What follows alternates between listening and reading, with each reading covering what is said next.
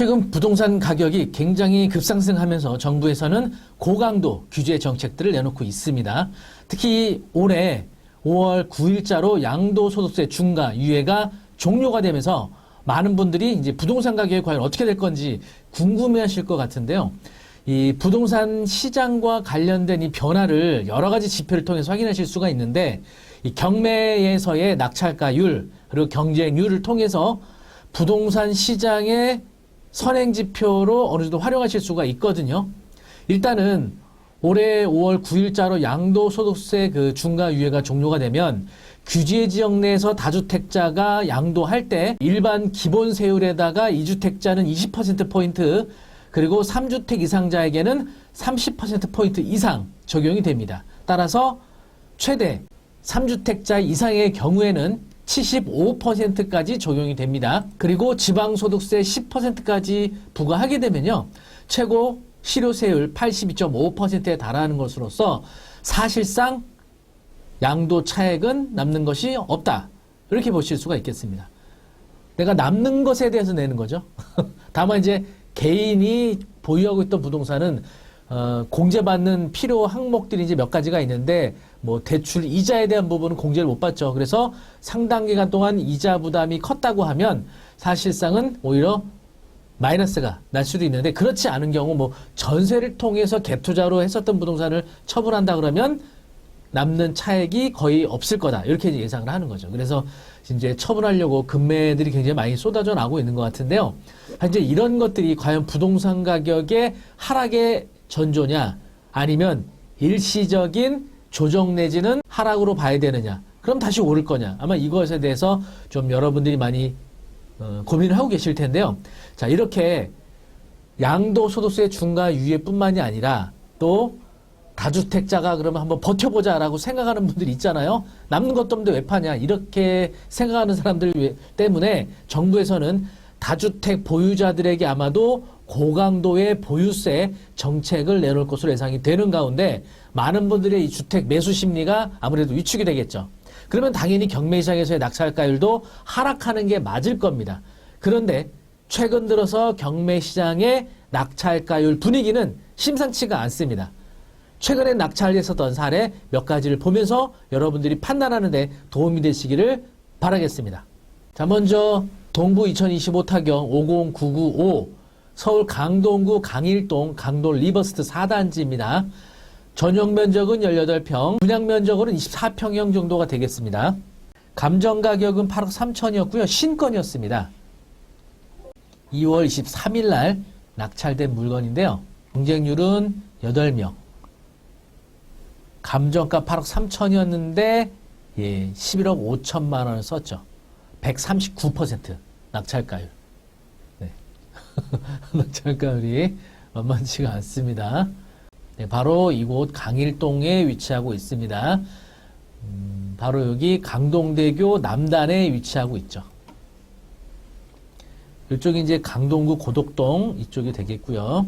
그리고 이쪽이 이제 미사 신도시가 되겠습니다. 그래서 강동구 고덕동에서 미사 신도시로 가는 이쪽에 위치하고 있는 이곳이 바로 이제 강일동이 되겠습니다. 네, 해당 면적에 대한 아파트 매물가 보시면은 11억 5천에 현재 매물이 나와 있는 상태입니다. 11억 5천, 11억 7천에 나와 있는데 낙찰가가 11억 5천, 거의 뭐 지금 나와 있는 매물가 수준에서 낙찰이 돼버렸네요. 많은 분들이 그런 얘기해요. 왜 시세랑 똑같이 살 거면 경매를 하냐.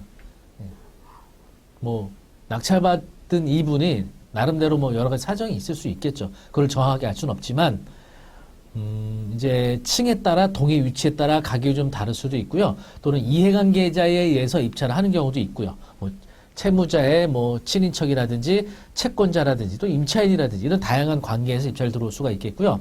또 여러분 아시겠지만 경매로 취득하시게 되면 토지거래 허가를 적용받지 않죠. 따라서 실거주 의무가 적용되지 않습니다. 그리고 자금 조달 계획서도 제출하지 않습니다. 그래서 이제 뭐 이것이 얼마나 가격 상승에 크게 영향을 미쳤는지 모르겠지만 이 요소가 나름대로 누군가에는 굉장히 중요한 조건이 될 수도 있는 거거든요. 대출은 똑같습니다.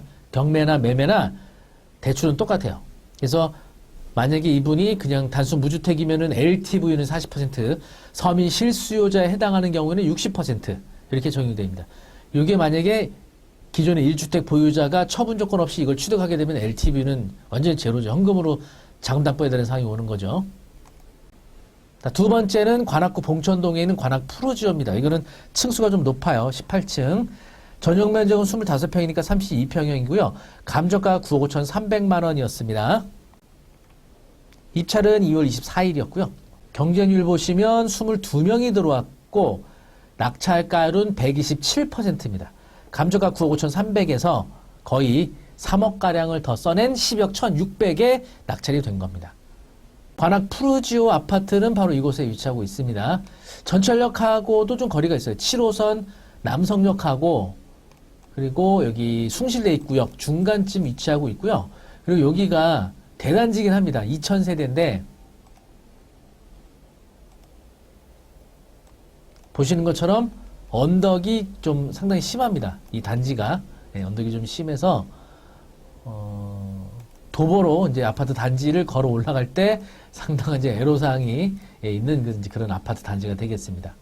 관악 푸르지오 아파트의 경우도 물론 동이나 층에 따라서 좀 가격이 다를 수가 있지만 12억 5천 그리고 뭐 13억 5천까지 요 사이에 현재 매물이 형성되어 있습니다. 12억 5천이 가장 저렴한 매물인데 이 매물이 실제 거래 가능한 매물인지는 확인을 해봐야겠지만 낙찰가가 12억 1,600이니까 12억 5천보다는 한 3천에서 3,500여만 원 정도 낙찰이 낮게 이루어졌다라고 볼 수가 있겠고요. 자, 그 다음에 이제 강남권 아파트로 와서 보겠습니다.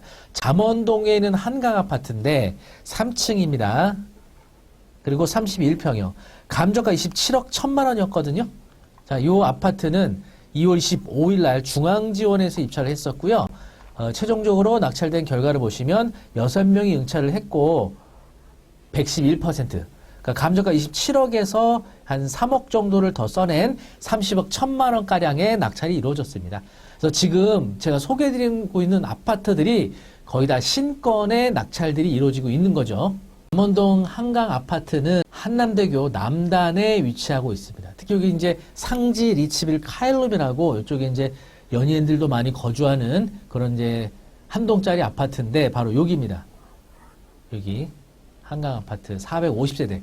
뭐 세대수 이렇게 많은 단지는 아닌데 여기 보시는 것처럼 1동과 2동의 경우에는 한강 조망이 가능할 수가 있겠죠. 다 이제 대신 층수가 높을 때 한강 조망에 따라 가격은 좀 달라질 겁니다.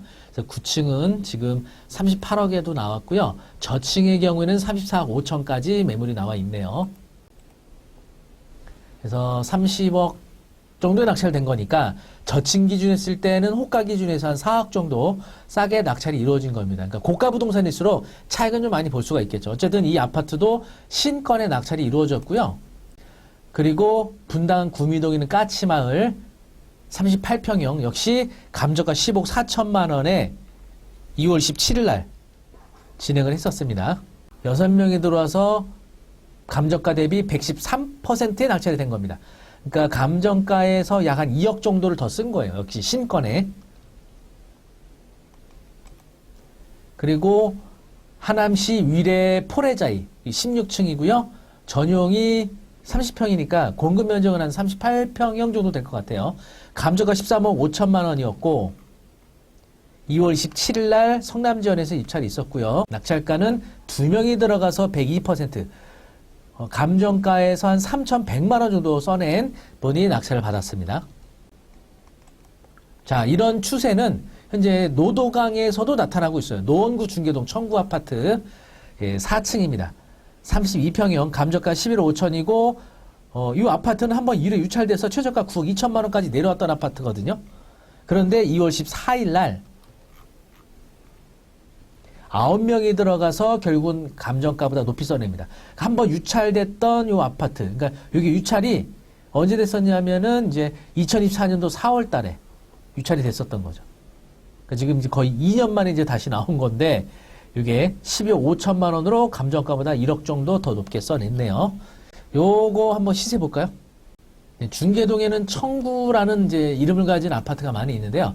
바로 이게 이제 3차 아파트가 되겠습니다. 보시면은 7호선 여기 노원역이 있고 중계역이 있는데 전철역까지 거리가 좀 있잖아요. 그런데 여기 위치가 어디냐면은 아시는 분은 아시겠지만 이 중계동 은행사거리라 그래서 여기가 학원가입니다. 여기가 학원가. 그래서 이제 서울대 3대 학군지 중에 한 군데고 바로 요 은행사거리 학원가 바로 옆에 위치하고 있고요. 또 아시는 분은 아시겠지만 바로 여기에 이제 동북선이 곧 개통을 앞두고 있습니다.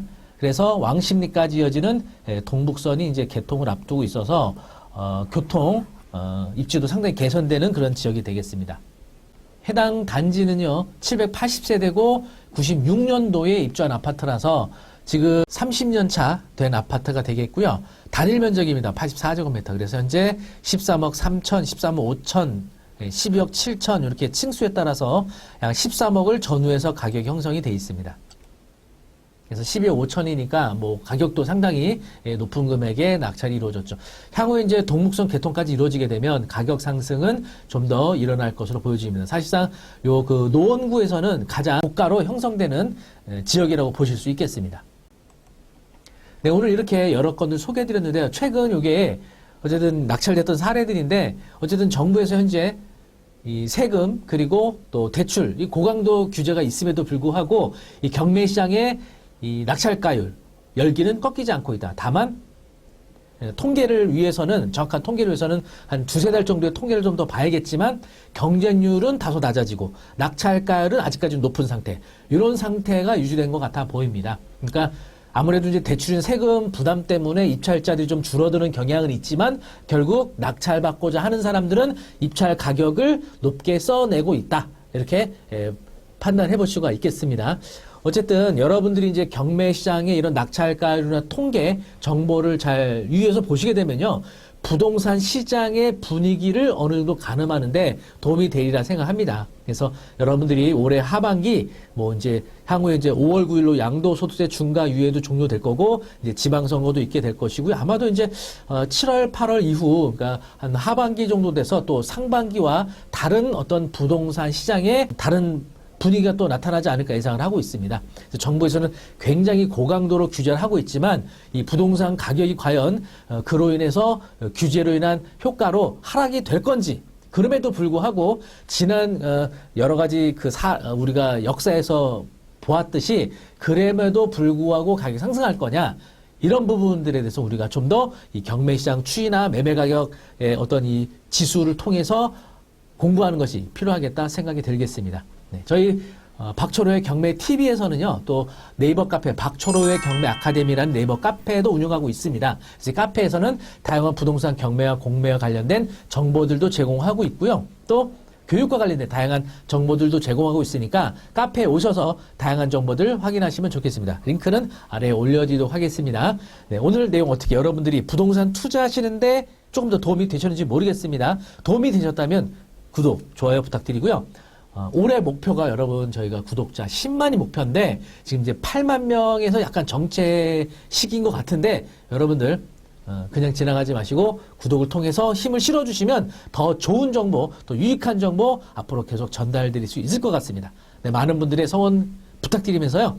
요번에 어쨌든 아파트 시장 분위기를 전해드렸고 다음에도 더 유익하고 재밌는 영상으로 찾아뵙도록 하겠습니다. 감사합니다.